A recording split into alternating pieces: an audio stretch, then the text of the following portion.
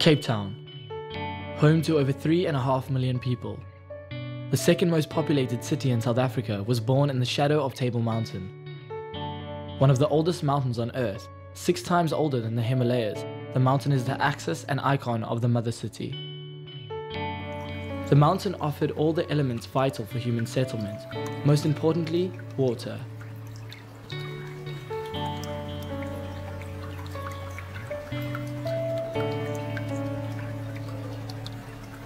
The native inhabitants at the time of European settlement, the Khoisan, named Cape Town the place of sweet waters, because the perennial springs provided water and therefore good grazing for their livestock in the dry summer months. In 1647, the Nuwe Haarlem, one of the ships in a fleet belonging to the VOC, was wrecked in Table Bay. Some of the crew and cargo had to be left behind and collected only a year later.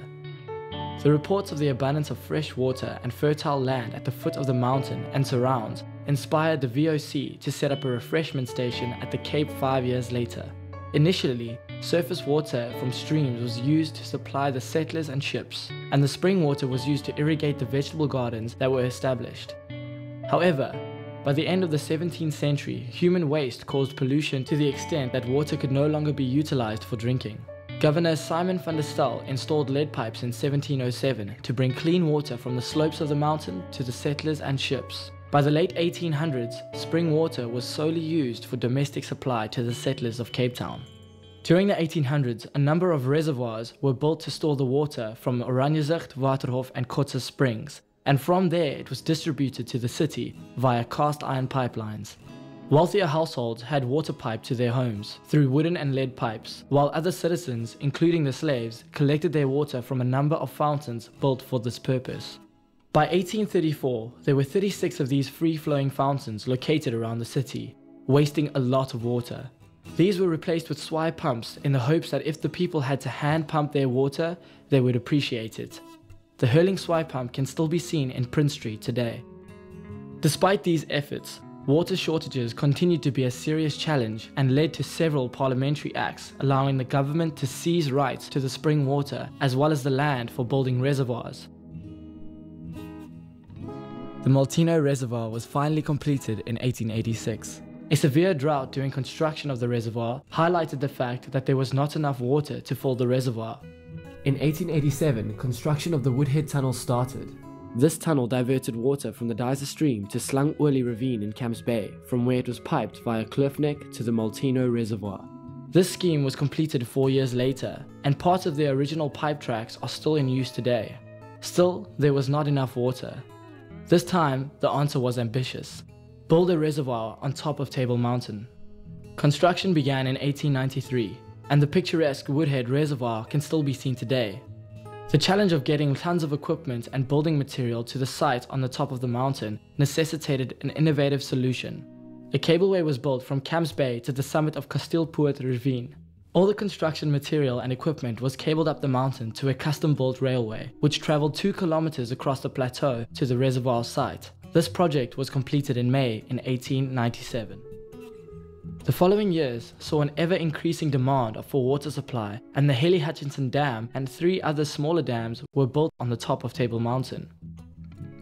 The unification of municipalities in 1913 led to larger water supply schemes being built. The Steenbras and Vamershoek schemes were conceptualized during this period and are currently still an important water source for the city.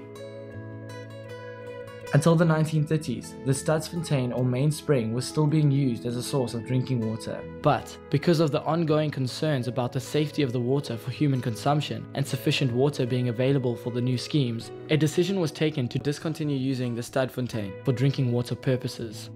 Since then, most of the water joined the stormwater to the sea, until 2010 when the city recommenced using the water for irrigation at Greenpoint Stadium and the Commons.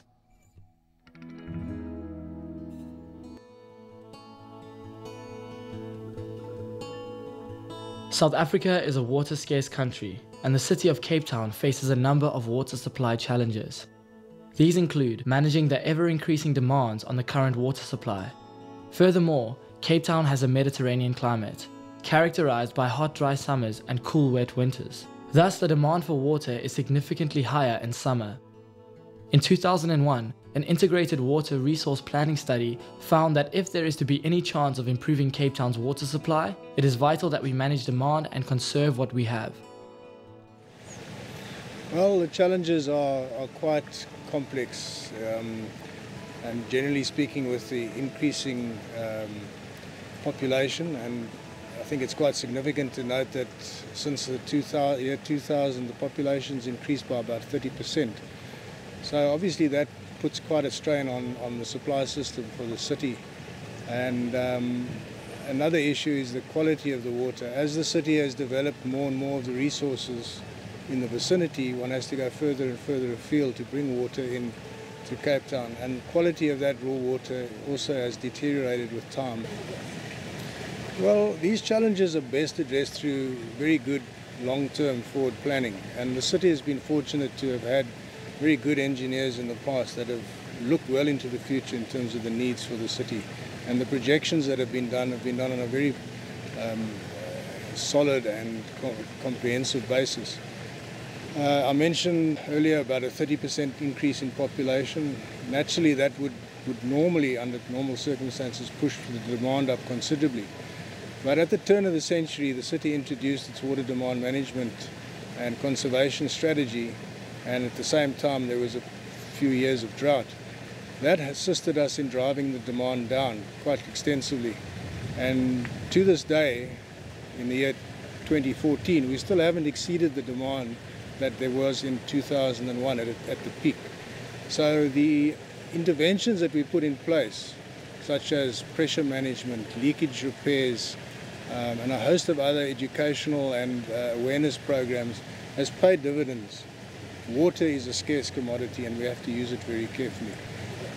The city has many options going forward in terms of additional resources, but the need to introduce those has been deferred into the later years, fortunately, because we've been able to drive the demand down. We are now, in fact, 26.5% less in terms of water demand than we would have been had we done nothing at that time. And that has resulted in obviously deferring the additional capital costs that large water infrastructure and resources take.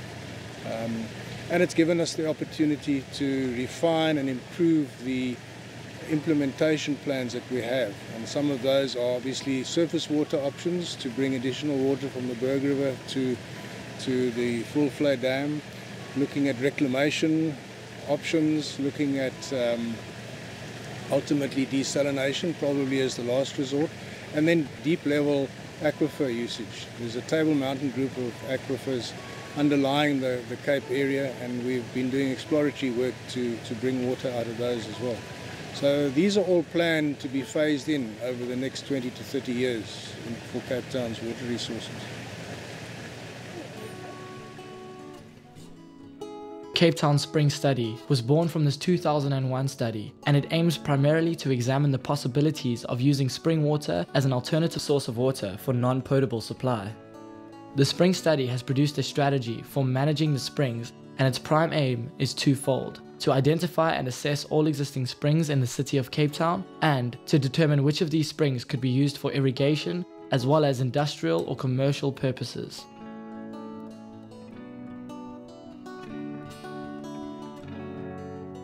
After an assessment of the City of Cape Town's water supply history, the City of Cape Town approved and promulgated the Water Demand Management Strategy and prioritized the establishment of the Water Demand Management section. The strategic approach ensured that the city meets its targets in lowering and controlling the overall demand on water resources. The strategy highlights a number of interventions, such as technical initiatives, social initiatives, information-driven initiatives, and exploring alternative water resource initiatives. These strategic approaches have had an impact on the city's water demand as a result of directly saving water, mindset changing, reducing losses, and offsetting the use of potable water used for non-potable use. History tells us that for more than 2 decades, the city undertook an investigation to identify available spring water, and have been monitoring some of these springs ever since. With resources becoming available, the city took the opportunity to further investigate the quality and quantity of spring water across the city by conducting an in-depth hydrogeological investigation of all known springs. The study found a number of existing new springs. Some had no name or identification. The new spring water could contribute over and above the existing spring water used and could be available as an alternative water source for non-potable use to identified users in the spring's vicinity. The spring study identified a number of springs that have shown high flows and are being monitored for seasonal fluctuations for flow and quality consideration as a supply point. A lot of aspects also come into mind regarding spring water in this context. This may include: is the spring water safe for drinking? Is it corrosive or hard? How much is available? Where is the source of the water? How can it be used best? Who can use it, and how can it be used sustainably? These are some of the questions to be addressed in the hydrological investigation. The initiatives require an extensive stakeholder engagement and buy-in. The biggest challenge in determining how the water would be used is the water quality, as it limits the potential use of the springs. Spring use has to comply with requirements of the National Water Act, and the National Environmental Management Act needs to be considered for infrastructure installation. A spring is a place where water naturally flows out of the ground. Many springs are seasonal, in other words, flow only in the rainy season. So why do many of Cape Town springs flow all year round? A number of factors contribute to the perennial flow. Firstly, Table Mountain acts as an escarpment and results in above average rainfall in its immediate vicinity. The sandstone of Table Mountain is highly fractured, allowing for rapid and extensive infiltration of the rainfall, and the talus slopes of the mountain provide significant underground storage capacity. Most importantly, in summer, the mountain's famous tablecloth also adds to the summer recharge and flow. The iconic tablecloth of Table Mountain, which occurs when the summer southeasterly wind blows strongly, contributes significantly to precipitation. Recent research has shown that during some dry months, fog precipitation was up to 86% of the total precipitation for that month. During the research period of a year, fog precipitation on Table Mountain was approximately 100 millimeters per month. How does the water travel from the slopes of the mountain to the eye of the spring? The rainwater infiltrates the top sandstone layer of the mountain. It filters down until it reaches the harder, less permeable underlying bedrock, either shale or granite. It will then flow along this contact until it surfaces again, where the basement rock is exposed, or it will filter further down and emerge where it is forced out by bedrock exposure or thinning of the superficial cover.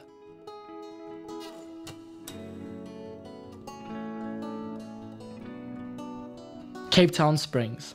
The spring study has identified 5 areas in the greater city of Cape Town in which the springs are clustered. Mumray to the north, Muizenberg, Simonstown, Peninsula to the south, Somerset West to the east, the CBD on the lower slopes of the mountain, and Newlands also on the mountain slopes. Of these, the springs which hold the most potential for use are found in 2 areas: the CBD area of Oranjezicht, home to the Field of Springs, and the Newlands Springs. Stadfontein, as it was called by the Dutch, literally means city fountain, is one of the springs occurring in the Field of Springs. The Dutch built a vault over the spring for protection, and it is still protecting the spring today. This water is piped into the new main spring collection chamber, constructed in 1853. A number of smaller springs, called the Vineyard Springs, also in the Field of Springs, enter the new main spring through a second pipe. From historical documents, we know that the third pipe entering the new main spring brought water from 5 other springs on the slopes of Table Mountain: Lammekie, Verlattenbosch, Klip, Kleintyn, and Housespring. However, only 3 of these were located during the study. Presumably, the others have either dried up their water or have been naturally diverted. The water from the new main spring is piped through the city to Greenpoint and used to irrigate the Cape Town Stadium, Greenpoint Common, and the Greenpoint Golf Course. Water from the Newland Spring has been used for brewing beer since 1694, an indication that the water has always been of excellent quality.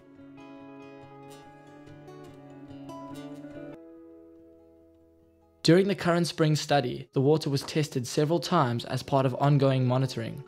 On all occasions, the water quality complied with drinking water standards. The excess water from 2 of the Newland Spring discharge points has been targeted for use as potable offset.